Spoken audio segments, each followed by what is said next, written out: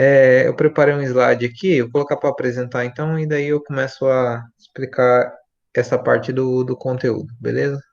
Então eu vou começar a apresentar e eu acho que depois de cada conteúdo eu vou ver se você ficou com alguma dúvida, assim, eu vou meio que explicar o que que eu vou cobrar mais na avaliação, tá? Porque é o que mais importa aqui, né? E aí, se você tiver alguma dúvida depois da explicação, aí eu volto aí no Meet e olho, porque não tem como ver o chat enquanto eu estou apresentando, beleza? Ou então você fala no microfone, que daí eu também escuto. Então, essa é a aula para revisão, né? Para recuperação. Os conteúdos serão, como eu disse, dispositivos periféricos e segurança da informação no primeiro bimestre, e ferramentas do Microsoft Word e normas da ABNT no segundo bimestre, né? Apesar que ferramentas do Microsoft Word já tinha começado a explicar no primeiro, foi um conteúdo mais voltado para o segundo bimestre. Aqui, começando então com dispositivos periféricos, nós temos, né, que nós estudamos lá no primeiro bimestre o que que era a informática, né? Depois o que que são computadores, né? Vimos que os computadores eles não são apenas aqueles dispositivos de mesa, né, que tem um monitor, um teclado, um mouse, né, mas também os celulares se encaixam como um computador, né, os relógios inteligentes, os óculos inteligentes que hoje em dia já tem, os notebooks, né, são tudo considerados computadores. E aí esses computadores são divididos em basicamente duas partes, hardware e software, sendo que o hardware é a parte física, os componentes do computador que nós conseguimos tocar, né? Como exemplo aqui o mouse, o teclado, uma impressora, um fone de ouvido, um pendrive. E o software é a parte lógica, né? Ou seja, os programas de computador. Dentre os mais conhecidos aqui, né, nós temos o WhatsApp, o Google Chrome, que é um navegador. Isso aqui, deixa eu botar isso aqui. O Internet Explorer, que é um outro navegador, né? O Paint, o Microsoft Word, que também é um software que nós vimos no segundo bimestre, e na disciplina. E os sistemas operacionais também, como o Windows, o Linux, né? São tudo programas de computador, então faz parte dos softwares, tá? Os arquivos de computador também fazem parte do software, tudo aquilo que a gente não consegue tocar, beleza? Agora, a parte mais específica, né, que é a parte dos dispositivos periféricos. Dispositivos periféricos, eles são componentes de hardware, ou seja, são peças do computador, né, coisas que nós conseguimos tocar, que são utilizados para interagir com o computador, que as pessoas usam para interagir de alguma forma com o computador. Normalmente, ou enviando informações para o computador, ou recebendo informações do computador através daquele dispositivo periférico. Beleza? Os dispositivos periféricos eles são classificados em dispositivos de entrada e saída, também chamados de híbrido, ou periféricos de armazenamento. Esse de armazenamento aqui, no caso, são os que armazenam informações. Mas eu vou falar disso aqui no próximo slide aqui. Os dispositivos de entrada, né, que é a primeira classificação dos dispositivos periféricos, eles apenas enviam informações para o computador. Então, através da nossa interação, né, a partir do, da nossa interação com aquele dispositivo, nós enviamos informações para o computador, algum tipo de informação. Por exemplo, com o mouse, né, nós enviamos um movimento daquela setinha, né, que aparece na tela, que é o ponteiro do mouse, né. Com o mouse é o movimental, né, aparece o ponteiro do mouse e ele indica onde a gente quer, né, realizar alguma ação ali no computador, né, na tela dele, por exemplo, né. A gente vê através da tela, né, mas a gente utiliza o mouse para mover a setinha. Então, esse mouse ele envia uma informação. Um clique do mouse também, né? Apertar um dos botões do mouse também envia informações para o computador. Então, o mouse é um dispositivo de entrada. O teclado, a mesma coisa. Nós enviamos informação para o computador através dele, né? Nós enviamos texto, enviamos letras, números, né? Através do teclado. E nós não recebemos nenhuma informação, né, do computador através desses dispositivos, nem do mouse e nem do teclado, né? O computador não envia nenhuma informação para a gente, né? Se a gente olhar para um teclado, para um mouse, mesmo que esteja conectado no computador, nós não conseguimos retirar nenhuma informação do computador para a gente, né? Outros dispositivos de entrada é o scanner, né? Que faz? Ele digitaliza, né, imagens, documentos, né? Colocamos lá uma imagem, um documento, ele vai transformar aquela imagem, né, do documento no papel mesmo, né? Transformar em um arquivo digital. Então, eles apenas enviam informações. Aí, os periféricos de saída, né? É a segunda classificação. Eles apenas recebem ou mostram informações do computador, né? Recebe como assim? Nós recebemos uma informação, né? O computador vai enviar uma informação e nós vamos receber, ou então o computador vai mostrar alguma informação para a gente, no caso. Recebe ou mostra informações do computador, né? Se recebe aí não ficou muito bom, né? Mas é a gente que recebe informação do computador, no caso dos de saída. Por exemplo, aqui, a caixa de som, né? Que ela envia a informação em forma de som para a gente. O monitor, que é a tela do computador, que envia informações para a gente na forma de imagens, a impressora, que também envia em forma de imagem, né? Só que no papel impresso. São informações que vêm do computador para fora, do computador para a gente, né? Então, é um dispositivo de saída, ok? Aí temos os dispositivos de entrada e saída, as duas coisas ao mesmo tempo. Podem tanto enviar quanto receber informações. Então, eles tanto enviam informações para a gente, né, do computador para a gente, quanto eles podem receber informações, né, e enviar para o computador. Então, é como se ele fosse as duas coisas ao mesmo tempo, entrada e saída, né? Tanto envia informações do computador, quanto envia informações do computador para a gente, beleza? Aí temos como exemplo esse monitor touchscreen, né, que ele mostra informações a partir da tela, mas também recebe informações a partir do toque, né? A tela dos celulares também são dispositivos de entrada e saída. É uma tela touchscreen, né? A tela dos smartphones, né? Os celulares mais atuais. Maioria hoje em dia, né? Não tem mais por causa daqueles celulares que era só ter um teclado neles, né? Que servia só para enviar mensagem e telefonar. E temos também os headset, né? Que é essa combinação de fone de ouvido com microfone. Eles também tanto recebem informações quanto enviam, né? Eles recebem informações através do microfone, né? Nós enviamos informações, o computador recebe a partir do microfone. E ele envia informação para a gente através do fone de ouvido, tá? Então, eles são híbridos, ou de entrada e saída. E os dispositivos de armazenamento, a última classificação aqui, são aqueles capazes de armazenar informações, tá? Na forma de arquivos, normalmente, né? De computador. Por exemplo, aqui o pendrive, o CD, cartão de memória, um disco rígido, né? Que é um HD. Então, são dispositivos de armazenamento porque nós conseguimos gravar informações deles. As informações ficam salvas ali, né?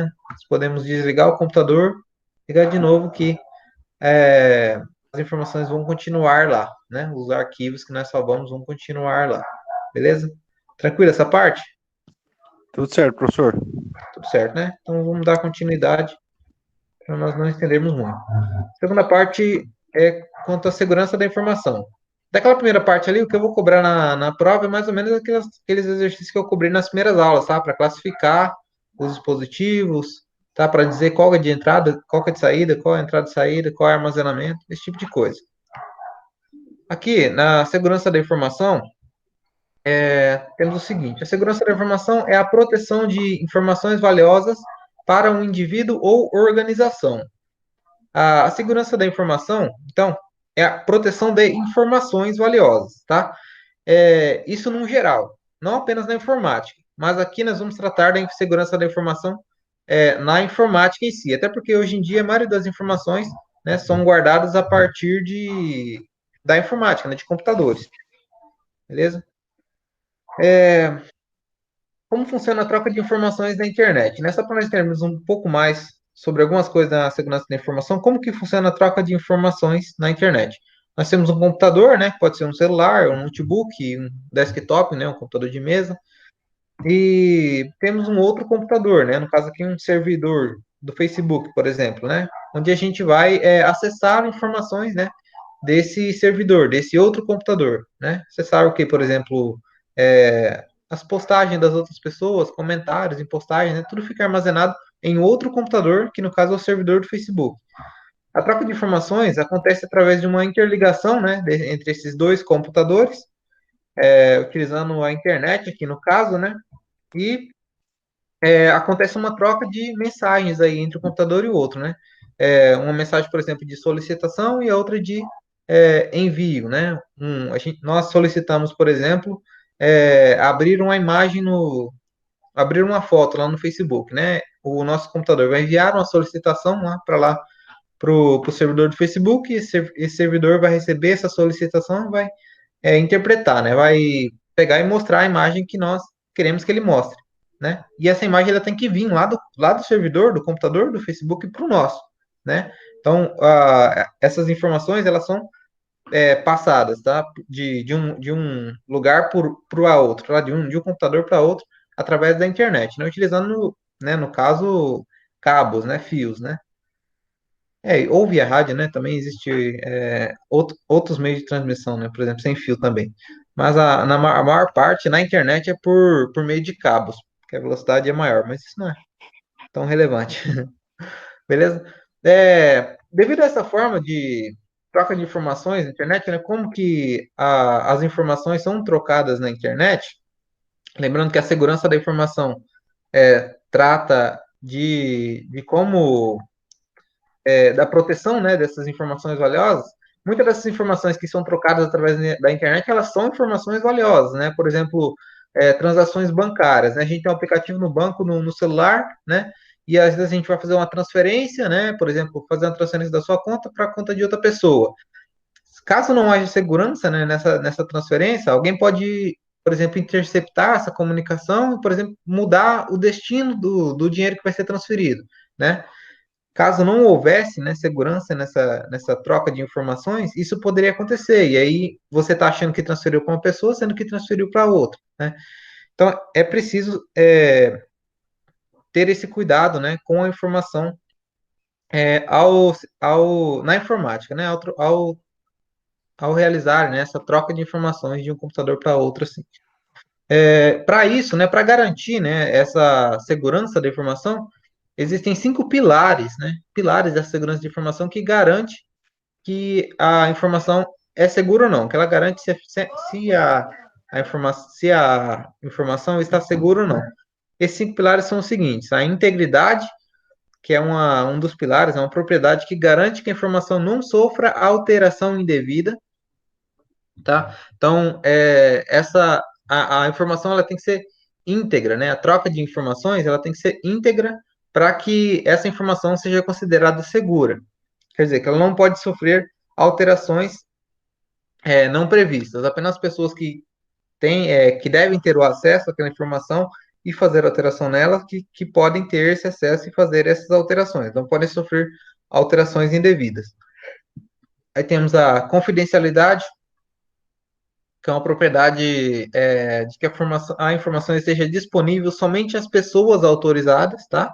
A primeira é que ela não sofra alterações, a segunda é que é, somente as pessoas autorizadas tenham acesso, né, àquela informação. Então, quando você vai é, enviar a informação do seu computador, do seu celular para outro, né, essa confidencialidade garante que outras pessoas não terão acesso a essa informação que você está enviando, tá, do seu celular, por exemplo, para outro celular. Aí tem a disponibilidade, que é a propriedade de que a informação esteja acessível e utilizável quando necessário. Então, também garante a segurança da informação, a disponibilidade. Informação acessível e utilizável. Aí temos a autenticidade, que é a garantia de que a informação veio da fonte anunciada, né? É, por exemplo, você envia uma. Como assim? Não, peraí, um exemplo. Uma pessoa envia uma mensagem do WhatsApp, por exemplo, como se fosse você, né? Como se fosse você. Ela, por exemplo, clona o seu WhatsApp, não sei, e aí envia um pedido de dinheiro, por exemplo, para um conhecido seu como se fosse você, né? Essa autenticidade ela tem que garantir que isso não ocorra, que outra pessoa não consiga se passar, né, por você. A informação tem que ter vindo da fonte que anunciou, ou seja, se lá está dizendo que foi você que enviou aquela mensagem, a autenticidade tem que garantir que foi você mesmo que enviou e não outra pessoa. Aí temos a irretratabilidade. Por exemplo, quanto a essa autenticidade aqui, por exemplo, o seu celular, se ele não tiver senha, por exemplo, né? Qualquer pessoa da sua casa, por exemplo, ter acesso ao seu celular se você deixar ele em algum lugar, né? Ele não vai estar seguro quanto a essa autenticidade aí, porque qualquer pessoa pode pegar o celular, por exemplo, e enviar uma mensagem como se fosse você, né? Ou então, se você perde o celular e ela não tem uma senha, né? Por exemplo, não tem nenhuma segurança, nenhuma forma de segurança, a pessoa que encontrou o seu celular, por exemplo, poderia se passar por você, né? Caso o seu celular não esteja protegido. Então, essa autenticidade é garantida, por exemplo, na senha, né? Que você coloca no celular que apenas você conheça, né? Saiba qual é essa senha.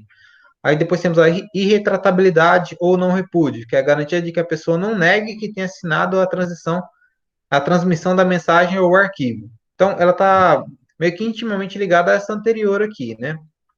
Se uma mensagem for enviada no seu nome, essa irretratabilidade tem que garantir que foi você mesmo que enviou, tá? E que você não possa negar que foi você que enviou aquela informação, aquela mensagem, entendeu? Então, para uma informação para a gente poder dizer que uma informação está segura, ela tem que estar respeitando todos esses 5 pilares aqui. Se um deles não for respeitado, então a gente pode dizer que aquela informação não é segura, beleza? Então, esses 5 pilares aqui, provavelmente eu vou cobrar eles na prova, mas aí vocês vão ter consulta, né? Porque a prova é online, também isso aqui não é coisa que dá para se decorar. Até dá, né? Se você, por exemplo, se não tivesse consulta, né? Se fosse uma aula presencial, né? Teria que dar uma estudada em algumas palavras-chave aqui para tentar associar uma coisa com a outra, né? Mas isso aqui é importante, cai em alguns concursos, tá? Na maioria das áreas que tem informática, esses pilares da segurança da informação caem em concurso, tá? Então é uma coisa meio que a se lembrar. Mesmo assim, eu vou provavelmente cobrar alguma associação, tá? Dizer qual pilar é relacionado a qual descrição. É, caso um desses pilares aqui, ou mais de um deles, não tiver sido respeitado, é possível que pessoas mal intencionadas, né, queiram, né, ter acesso a informações que sejam, como eu posso dizer, que tragam benefício para ela, né, que tragam algum benefício para ela. Normalmente as pessoas são conhecidas como hackers, só que não é bem assim. Os hackers são as pessoas que têm grande capacidade de mexer normalmente com a informática, mas com várias outras coisas, tá?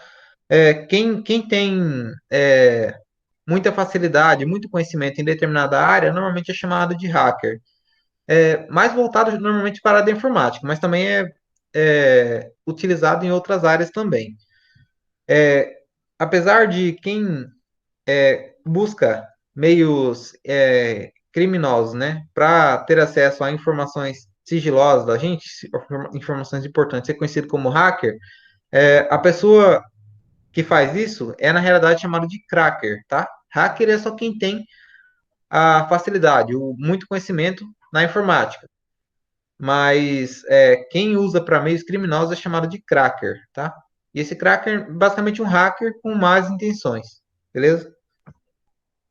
E para que ele consiga ter acesso às informações, muitas vezes ele utiliza dos malwares, né? Que são os vírus, né? Genericamente chamado de vírus de computador, né?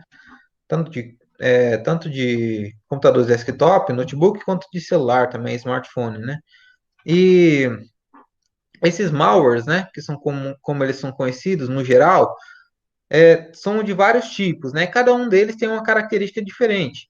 Temos os vírus de computador, que normalmente são programas ou parte de um programa de computador que infectam outros computadores e causam algum prejuízo, né, ao computador. Por exemplo, apagar informações, né, ou alterar informações em um computador, né? E o que caracteriza os vírus e diferencia ele dos outros é que ele é preciso ser executado, é preciso que alguém vá lá e abra um programa, por exemplo, para que esse vírus comece a agir, tá? Para que ele comece a fazer o que ele foi programado para fazer.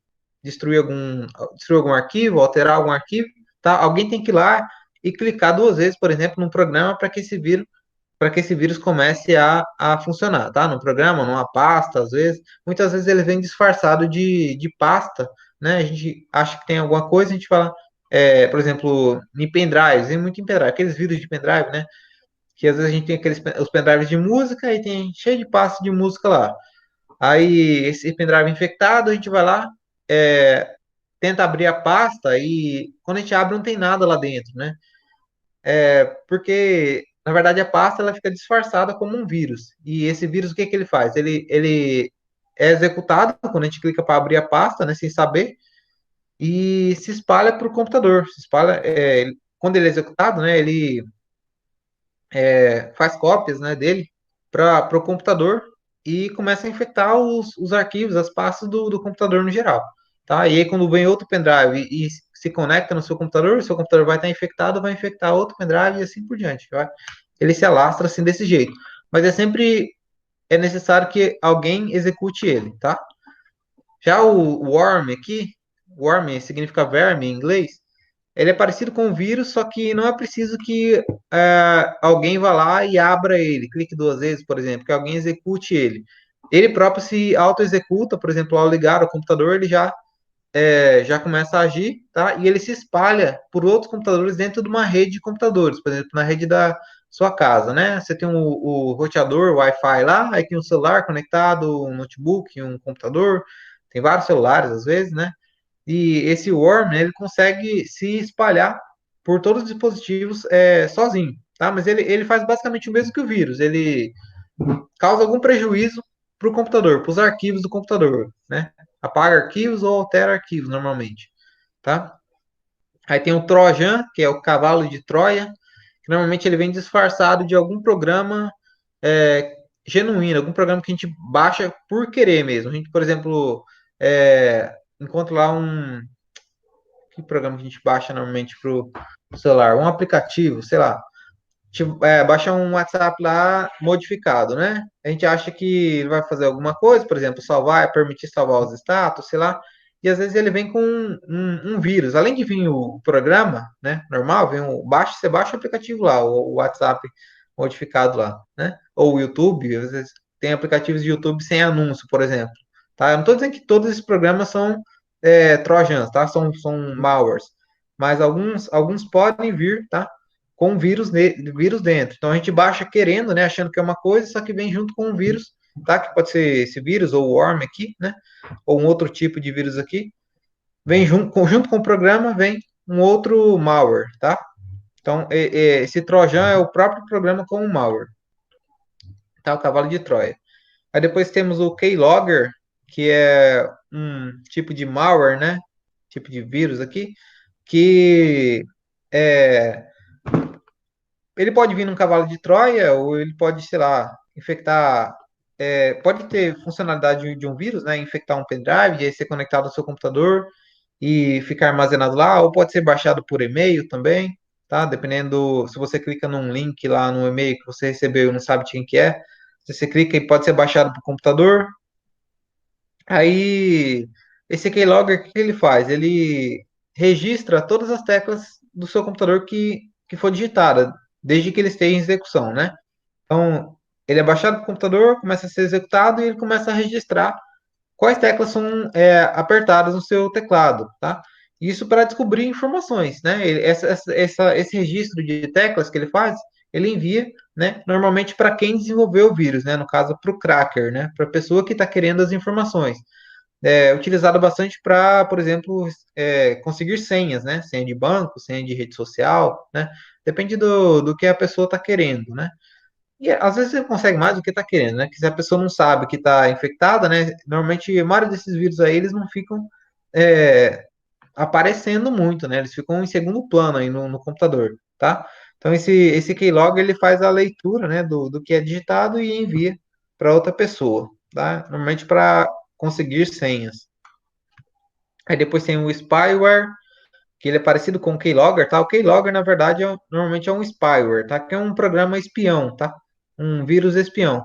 Ele recebe informações do que é feito no computador, tá? Não só do que é digitado no teclado, às vezes imagens da webcam, por exemplo, ou que programas você abriu em determinado momento, tá? Que horas você abriu tal coisa, tá? Ele espiona, né? Ele vê o que é feito no computador e também envia essas informações para outra pessoa, né? Através da internet, sem que a pessoa, né, que está infectada saiba. Então, ele é um programa espião. Spy aqui é de espião, né? E o ware é de malware, né? Ou de software. Software espião ou malware espião. Esse adware aqui são aquelas propagandas, né, que normalmente tem alguns sites da internet, né? Às vezes a gente clica em alguma coisa e abre uma pop-up assim com propaganda, né? Outra janela, né? Com propaganda ou no celular também. Aquelas propagandas que vem nos aplicativos, né? Aqueles anúncios, eles são também adware. Alguns deles servem só para que mostre mesmo, né? A propaganda, mas muitas vezes eles vêm com um desses spyware ou keylogger junto, dependendo. Hoje em dia acho que não é tão comum, não. Mas antigamente muitos adware, né, esses programas de mostrar propaganda no computador, eles vinham com outros, outras funcionalidades, né? De enviar informações, por exemplo, para pessoas de fora. Tá? Então, adware sempre remete à propaganda. Então, se você vê adware em algum lugar, você lembra de propaganda, tá? Esse ad aqui, ad significa, em inglês é o início de uma palavra relacionada à propaganda. Eu não lembro exatamente qual palavra que é, mas são aqueles programas que exibem propaganda no computador ou no celular, são adware, tá? São alguns têm objetivos criminosos, né, de enviar informações sem que a gente saiba, mas a maioria, até onde eu sei, não. Esse spam aqui também é considerado um malware. Eles são, mas nem sempre ele age como um malware, tá? Esse spam aqui são aqueles e-mails indesejados que a gente recebe, normalmente um monte seguido assim, tá? É, normalmente com propaganda também, né? Na verdade, mais antigamente isso era um problema. Hoje em dia nem tanto. Mas no meu e-mail do Gmail eu recebo ainda uns e-mails de propaganda lá e aí ele vai para a pasta de spam do Gmail. O próprio Gmail reconhece como spam e aí joga para lá. Ele está aqui entre os malwares porque muitas vezes ele vem com links, tá? Para você clicar para ver algum produto, alguma coisa assim. E, e aí, clicando nesse link, pode ser que alguma coisa seja baixada para o seu computador, algum vírus, algum outro malware, né? Seja baixado para o seu computador e acabe infectando ele, tá? E aí vai causar algum prejuízo ou enviar informações suas para outra pessoa. Normalmente é isso que os vírus fazem. Aí temos o phishing, que é um outro malware que ele se passa por um site, tá? Ele se finge ser um site genuíno, mas na verdade não é. Por exemplo, o site da Americana, o site do Facebook, tá? Só que é um site falso. Na hora que você vai olhar o link lá em cima, né, em vez, por exemplo, do Facebook, em vez de estar facebook.com, vai estar um outro link lá. Só que a página é igualzinha do Facebook. Aí você digita o seu endereço de e-mail, digita a sua senha, né? E, e aí seu login, né, seu e-mail, seu senha é enviado para a pessoa que desenvolveu, né, aquela página falsa lá, tá? Então, o phishing funciona mais ou menos dessa forma. Ele também é utilizado para conseguir senhas bancárias, por exemplo, tá? Ele, por exemplo, envia um spam, um e-mail lá para você, fingindo que é o do seu banco, Banco Bradesco, Banco do Brasil, não sei, e dizendo que você tem alguma parcela atrasada, você ou ganhou alguma coisa, aí tem um link lá para você clicar. Você clica, ele abre uma página como se fosse a página do banco, tá? Aí você digita suas informações bancárias lá e essas informações não estão na página real do banco, né? Elas estão na página falsa. E o que acontece com essas informações? São enviadas para os criminosos. Então isso é chamado de phishing, tá? Aí depois temos o último, que é o ransomware, que foi o que eu expliquei mais durante as aulas sobre segurança da informação aqui. Que ele é basicamente um vírus, né, um malware, que quando é baixado no computador e executado, ele criptografa os arquivos do computador. Ele transforma a extensão e o conteúdo dos arquivos de forma que você não consiga acessar aqueles arquivos. Por exemplo, fotos, músicas, né, documentos de texto, você não consegue mais abrir aqueles arquivos. Inclusive, eles mudam totalmente, não ficam mais com aqueles ícones, não dá para ver miniatura das fotos, nem nada. Você tenta abrir e não vai abrir porque mudou tudo do arquivo, tá? Ele criptografou. E aí, o criminoso, normalmente que desenvolve esse tipo de vírus aí, desenvolve esse tipo de malware, né? O ransomware, ele pede um resgate para os seus arquivos. Ele deixa uma mensagem, né? Ou envia por e-mail, ou deixa um arquivo de texto nas pastas dos arquivos onde foi criptografado.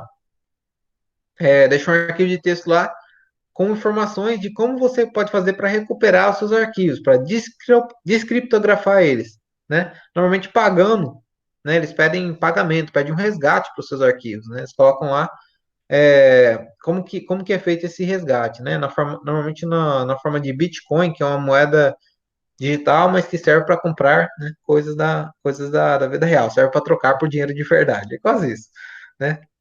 É, então eles pedem esse resgate e aí, se você pagar, né, pode ser que eles enviam, pode ser que eles recuperem seus arquivos ou não, né? O ideal é que você tome precauções para que isso não aconteça, né? Para que se você for infectado por um arquivo desse, por um vírus desse, né? E os seus arquivos forem criptografados, você tem como tomar alguma medida, né? Para contornar isso, tá? Quais são essas medidas? Uma das mais importantes é o backup dos seus arquivos. O que é o backup? Backup é a cópia de segurança dos arquivos, né? Esse backup ele pode ser feito online, tá? Na internet, né? A gente fala na nuvem, tá? Por isso que tem um desenho de uma nuvem ali. Ou então pode ser feito em mídia física, que é num CD, num pendrive, dependendo de quantos arquivos que é, num HD externo, né? Basicamente você copiar os seus arquivos, tá? Os arquivos importantes, né? E salvar eles, né? Ter uma cópia deles ou na internet, na internet, ou então em algum outro dispositivo, num CD, num HD externo, tá? Normalmente um HD externo se utiliza quando é assim físico. Hoje em dia utiliza-se muito backup online. Por exemplo, no Google Drive, no OneDrive da Microsoft, são serviços, tá, de backup online. Também tem o Google Fotos, que ele faz backup também, mas só de fotos, né? Por exemplo, se você tem o Google Fotos no seu celular, normalmente a maioria das pessoas tem, porque é da Google e o Android, né, que é o sistema operacional dos celulares, também é da Google. Conforme você vai tirando fotos com o celular, né, salvando fotos ali, essas fotos elas são copiadas, né, para a internet, para o Google Fotos. E aí, se você, por exemplo, formatar o celular, né, apagar tudo que tem nele, quando você reinstalar, né, o sistema operacional ali, quando você voltar ou comprar um celular novo e colocar sua conta do Google lá e acessar, suas fotos vão estar todas lá no Google Fotos ainda. Mesmo que você tenha apagado o celular ou perdido, comprado um celular novo, se você usar a mesma conta, né, as fotos vão estar todas lá ainda, porque foi feita uma cópia de segurança, foi feita uma cópia, um backup na internet, né, lá nos servidores do Google. Então, isso é um backup. E é uma forma de se prevenir, né, contra os ransomwares aqui, né? Porque os ransomwares, eles fazem o quê? Criptografam, né, os seus arquivos. É, eles sequestram, né, os arquivos, dá para dizer assim, né? Pedem um resgate, nem dinheiro.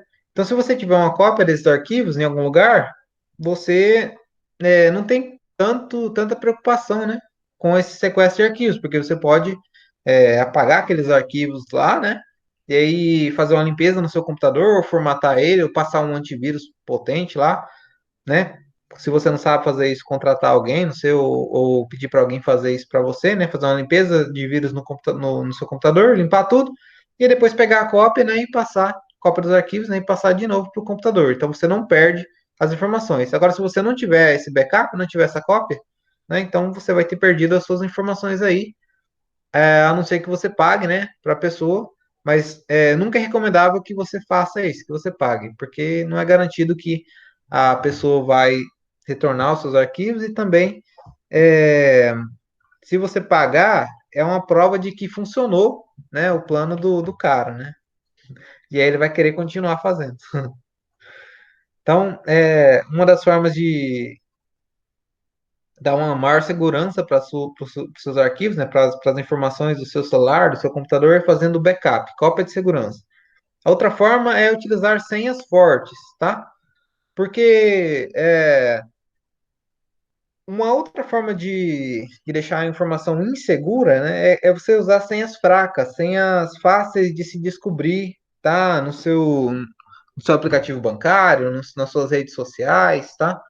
Usar senhas, por exemplo, de números seguidos, 1, 2, 3, 4, 5, 6, 1, 2, 3, 4, 5, 6, 7, 8, ou ASDFG, que tem no teclado aqui, o QWERTY, tá?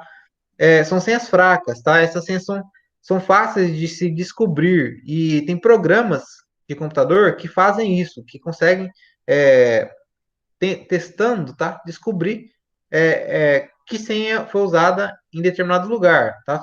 Testando. E aí, se a sua senha for fácil, né? For só uma sequência de coisas, esses programas descobrem mais facilmente. Agora, se você utilizar uma senha forte, uma senha mais difícil de se descobrir, né? Esses programas é possível que eles nunca descubram, né? Eles fiquem tentando, tentando, tentando e nunca descubram.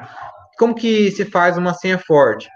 Normalmente, para se criar um senha forte, deve-se utilizar letras minúsculas, letras maiúsculas, números e símbolos, uma combinação disso. Então, se você combinar isso aqui, normalmente você vai obter uma senha mais forte, mais difícil de se descobrir, tá? Então, essa é uma outra forma de se manter as suas informações mais seguras. Utilizar senhas e senhas fortes. Fazer cópia de segurança dos arquivos também. Beleza? Então, quanto à segurança de informação, é basicamente isso. O que eu vou cobrar? A associação, tá? Entre esses pilares e o que cada um deles significa.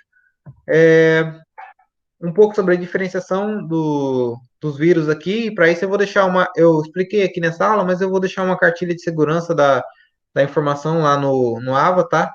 E também passei uma atividade onde, no primeiro mês, eu passei uma atividade que pedia a diferenciação entre cada um desses aqui. Então, pode ser que eu cobre na prova qual o significado desses vírus aqui, tá? Desses que estão aqui, aparecendo aqui, que foi os que eu cobrei no trabalho e foi os que eu apresentei aqui na aula também, resumidamente, tá bom? A diferença entre eles. E quanto à segurança da informação também, né? O que pode ser feito, tá? Para manter para manter os seus dados mais seguros, né? No caso aqui, backup, né? Cópia de segurança e senhas fortes, tá bom? Que tipo de senha eu posso cobrar lá, né? Qual senha é forte, qual senha é fraca, esse tipo de coisa. Continuando, vamos para o conteúdo do segundo bimestre, em 9h30 dá tempo. Ferramentas do Microsoft Word. Bem, o Microsoft Word, ele é um dos... Aliás, ficou alguma dúvida quanto a esse conteúdo aqui, de segurança da informação? Você é o Thiago, né? Thiago, ficou tudo certo? Tranquilo? Beleza. Continuando então aqui com as ferramentas do Microsoft Word. Vou deixar aqui, né? Acho que esse aqui ele some. O Microsoft Word, né, é um dos três principais aplicativos do Microsoft Office, tá? Esse Microsoft Office, ele é o quê? Um pacote de programas de escritório, que a gente fala. Programas para trabalho, normalmente, no computador, tá? Os três principais são esses: Word, Excel e PowerPoint. O Word é utilizado para editar e criar textos, tá? Criar, né? E editar, né? Fazer modificações em textos. O Excel é para criar e alterar planilhas eletrônicas, tá? É como se fossem tabelas, né? Você já deve ter visto o Excel. No segundo bimestre eu trabalhei ele, o Excel e o PowerPoint. O Word eu trabalhei no primeiro e no segundo. Mas o Excel é para planilhas, tá? Para tabelação de dados, para, por exemplo, contabilizar orçamento de coisas, que mais? Horário de aulas, por exemplo, dá para tabelar também, né? Trabalhar com tabelas e com manipulação de dados, realizar cálculos também com os dados, com os números que você coloca lá, tá? Mexer com dinheiro, contas a receber, contas a pagar, é possível trabalhar isso com o Excel. O PowerPoint é o último dos três aí principais e ele é utilizado para apresentações de slides, tá? Assim como esse slide que eu estou apresentando aqui, né? Eu utilizei o PowerPoint para fazer ele. Então ele serve para isso. O que eu vou cobrar na recuperação vai ser só o Word aqui, tá? Um pouco das ferramentas dele, das principais, e as normas da ABNT também que vão ser no Word. Depois eu vou falar das normas da ABNT, mas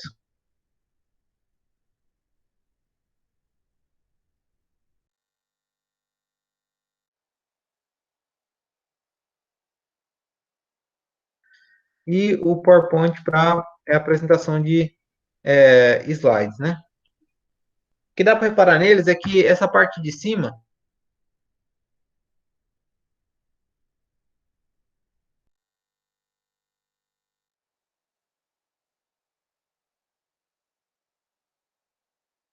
as ferramentas do PowerPoint, tá? No caso aqui do Word, tanto o Word quanto o Excel quanto o PowerPoint trabalham com o conceito de abas, tá? Que são aqui onde está a página inicial, inserir, design, layout, referências, tá? Como se fossem aquelas abas ou guias dos navegadores da internet, o Google Chrome, o Mozilla Firefox, né? Quando a gente está navegando, né? Está acessando a internet pelo computador, né? E utilizam um navegador lá, o Google Chrome, por exemplo. A gente abre as páginas em várias abas lá na parte de cima, né? E vai clica na primeira aba, clica na segunda, vai acessando os sites lá por aquelas abas, né? Aqui no Word a gente também tem as abas, né? Ou guias, a gente fala. E só que em cada uma dessas abas ou guias existem determinadas ferramentas, tá? Para você trabalhar basicamente com o que está escrito aqui. Na página inicial, onde ficam as principais ferramentas, aí depois temos uma guia inserir, que é onde a gente vai inserir no texto aqui outros objetos, por exemplo, imagens, né, tabelas, esse tipo de coisa, e assim por diante. Cada uma dessas guias ou abas, elas apresentam algumas ferramentas. Eu vou mostrar aqui no próprio Word, tá? Algumas essas ferramentas aqui, as principais, e dizer o que, que eu vou cobrar mais ou menos lá na recuperação amanhã, tá? Na avaliação. Bem, como eu disse, né, tem as guias aqui em cima, né, cada uma com uma determinada ferramenta. Ao clicar nelas, muda-se aqui as ferramentas que aparecem. As principais aqui, normalmente, que a gente vai trabalhar com pouca coisa aqui no Word, com a formatação básica de texto, são essa página inicial, inserir e layout, tá? Essa design tem algumas coisas também, mas nem tanto. Cor da página, por exemplo, borda, se quiser, mas isso aqui quase não usa, tá? Então, é basicamente essas três: página inicial, inserir e layout. Aqui em exibir, também é utilizado, mas para modificar como as coisas são vistas aqui na tela, tá? Por exemplo, a régua, se a gente quer que apareça essa régua aqui em cima e na lateral, né? A gente pode clicar aqui para mostrar ou não mostrar, né, essa régua. Linhas de grade no meio da folha aqui também. Às vezes a gente quer organizar alguma imagem aqui de uma forma específica, pode usar essas linhas de grade para ver melhor como é que vai ficar, né, a organização das coisas aqui. Tem um painel de navegação aqui também do lado, que serve para pesquisar algumas coisas, ver todas as páginas aqui, né? Se tiver várias páginas no documento, dá para ver uma por uma aqui, em vez de arrastar a barra de rolagem aqui, dá para ver todas as páginas aqui do lado. E entre várias outras, né, opções aqui de visualização. As mais usadas aqui, na verdade, são essas aqui da régua para tirar ou colocar, e as de zoom aqui, que é para aumentar ou diminuir, né, como eu posso dizer, a distância que a folha está da gente aqui, né? O tamanho não é exatamente o tamanho da folha, é como se fosse a distância que a folha está da gente, tá?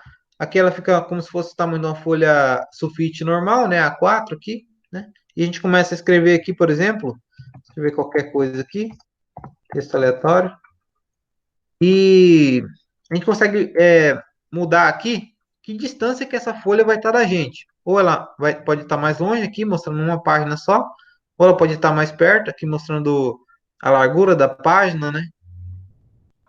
No caso, a largura aqui, encostando aqui utilizando toda a tela, né? O máximo da tela possível aqui. Ou então 100%, que é normalmente o tamanho de uma folha A4 aqui, tá? Eu costumo deixar em 100%, mas se o zoom não tiver configurado, se tiver, por exemplo, se você abrir o Word e tiver desse jeito, né? Tiver desse jeito aqui, você pode vir aqui em exibir, colocar 100% que ele vai ficar num zoom melhor aqui, né? Uma aproximação melhor, tá? Nós vamos falar da parte inicial, inserir e layout, tá? Que é o que eu também, as ferramentas que eu vou cobrar na avaliação vão ser dessas três guias aqui, tá? Não vão ser todas também não, mas eu vou explicar algumas aqui das principais. É, as principais aqui na parte inicial são essas aqui, tá? Da guia fonte e da guia parágrafo. Na fonte nós temos aqui a caixa de seleção aqui do tipo de fonte, tá? Tipo de fonte, aí a gente pode escolher entre os tipos de fontes que são apresentados aqui. O que esse tipo de fonte faz? Ele muda, né, a aparência das letras aqui, né? Vou colocar aqui, tipo de fonte. Para mudar esse tipo de fonte, a gente seleciona o texto, né, com o mouse, clicando no início, puxando para o final, por exemplo, e vem aqui, né, e escolhe um tipo de fonte que mais agradar a gente aqui, né, ou que for solicitado. Deixa eu aumentar um pouco o zoom aqui, colocar aqui a largura da página aqui no zoom para poder enxergar melhor aí, tá? Por exemplo, fonte Verdana, cada fonte tem um nome aqui, tá? E a gente seleciona então aqui pelo tipo de fonte. Tem essa Algerian, que é mais diferente, tem essa Arial Black, tá? Cada um mostra uma aparência, né, para as letras aqui no texto. Aí temos o tamanho da fonte, que é basicamente, né, que tamanho que vai estar as letras aqui no texto, né? Quanto maior aqui o número, né, maior o tamanho dessa letra, tá? Para texto, normalmente nós deixamos tamanho 12, tamanho 11, tá? De 10 até 12, normalmente utiliza para texto. Tá? Então, aqui temos tipo de fonte, tamanho da fonte. Aí, aqui embaixo, nós temos algumas coisas que mexem com o estilo da fonte, tá? Vou colocar uma outra fonte aqui, com essa Times New Roman, tá? Ela fica desse jeito. E aqui, esses estilos, os três principais são esses aqui, negrito, itálico e sublinhado. Negrito é um estilo de fonte que deixa as letras mais grossas, tá? Ficam mais escuras, basicamente. Ela basicamente deixa mais grossa, né? Ela tá assim, quando clica em negrito, ela deixa mais grossa mesmo. Ela serve para dar um destaque, normalmente para títulos, tá? Utiliza-se normalmente para título de texto. Enquanto ele estiver selecionado, vai estar cinza assim, ao redor dele, tá? Vai estar um quadradinho cinza, tá? Quer dizer que se tiver desse jeito, né, ativado, quando você for digitar aqui, né, ele vai ficar com esse estilo negrito aqui ativado. Se você desativar, né, vai ficar sem o estilo negrito. Aí o estilo itálico aqui, ele deixa a fonte meio que deitada aqui, né, para a direita, né? E também serve para dar um destaque, tá? Normalmente é utilizada para palavras estrangeiras, por exemplo, vou colocar um texto aleatório aqui, Rand. Um texto aqui, no meio dela aqui, por exemplo, tem a palavra hardware, né? Hardware é uma palavra em inglês, tá? A gente pode colocar ela em itálico, só para dizer que essa palavra aqui ela é de outra língua, tá? Que não é uma palavra que está na mesma língua do restante do texto, tá? Então é uma forma de destacar aqui uma palavra diferente. Também pode ser utilizado em títulos, pode ser utilizado num texto todo, vai depender para que você quer, né? O texto que você está escrevendo. Aí depois temos sublinhado, que é a última das três principais aqui, formas de mudar o estilo do texto aqui, né? Vou colocar aqui título 2. E sublinhado vai fazer o quê? Ele vai passar um traço, né, embaixo do texto que está selecionado. No caso aqui, né? Vai sublinhar, né? Vai sublinhar qualquer parte do texto que esteja selecionado. Também serve para dar destaque, normalmente alguma palavra no meio do texto, assim. Se você quer que a pessoa que for ler, né, se foque naquilo, né, você pode utilizar o sublinhado para destacar, né, aquela parte, tá? Temos também taxado, que é uma outra forma de estilo de texto, mas não muito utilizada, que serve para fazer um risco sobre uma palavra. Normalmente, quando você quer substituir uma palavra por outra e quer que a pessoa que for ler veja que ocorreu essa substituição, né? Você pode fazer esse risco, né? Por exemplo, se estiver errado aqui, fornece aqui, por exemplo, fornece na frente. Você pode só fazer um risco aqui para dizer que aqui foi que estava errado aqui, por exemplo, né? É uma forma de dizer, tá? Você queira que a outra pessoa veja que houve uma correção ali. Aí temos as ferramentas de subscrito e sobrescrito, que serve para escrever texto na parte de baixo ou na parte de cima do texto no tamanho normal. Por exemplo, esse texto aqui está tamanho 12, né? Vou colocar aqui, tamanho 12, né? Esse subscrito vai escrever aqui na parte de baixo. Vai deixar um texto um pouco... O texto que você escrever com essa opção ativada vai ficar na parte de baixo com tamanho menor. Por exemplo, tamanho 12, vou colocar aqui subscrito, tá? Vai ficar na parte de baixo assim. Serve normalmente para fórmulas matemáticas ou de química, por exemplo, a fórmula da água, né, que é H2O, né?